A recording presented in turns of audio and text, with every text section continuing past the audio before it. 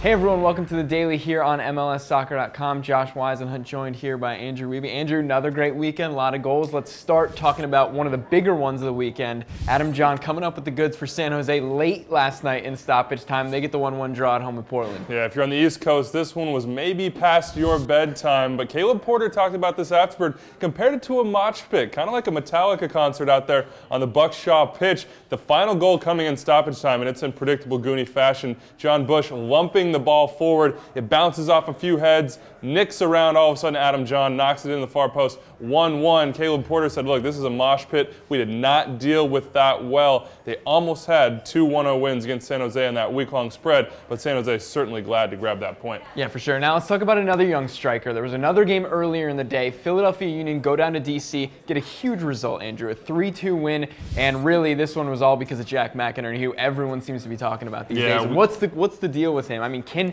he really make a push for the Golden Boot? Yeah, I think he certainly can. You look at what he's doing. He always ends up in the right place at the right time. The question is, can Philadelphia as a team maintain their success? He is going to be reliant on service, although he showed on that first goal that he can make something out of nothing. Pulling up when it looked like he had a step on the DC defense and then splitting the defense and going at it left-footed. He is showing an ability to score all different ways. And John Hackworth even said afterward, look, we haven't seen the best of this guy. He may be, in many people's mind, a poacher, that Chicharito type, but he is going to show you that he can hit it from deep and he can do all sorts of different things for that team. He is not coming off the field anytime soon. No, certainly not. It's going to be fun to watch. Two great games yesterday. You can catch the highlights of both on MLSsoccer.com.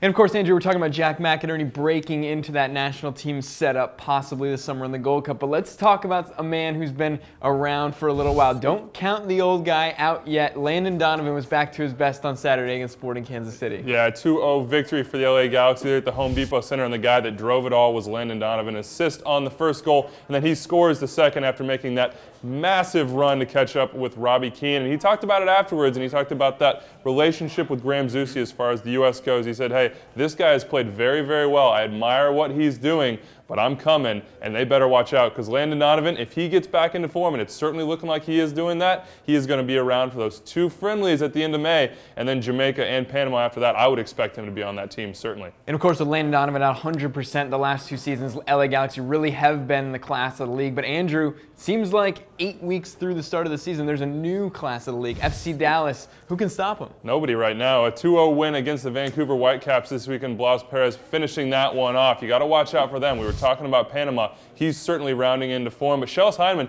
now the all-time winningest coach in FC Dallas history. Certainly an honor he deserves. This team has so many options. And remember, they could have had Breck Shea. They moved him out, and yet they are still so good from an attacking sense. Yet to see who can stop them. We'll have to see next weekend. Yeah, we certainly will. Obviously, that is a great story, and congrats to Schellas Hyndman as well for achieving that new milestone.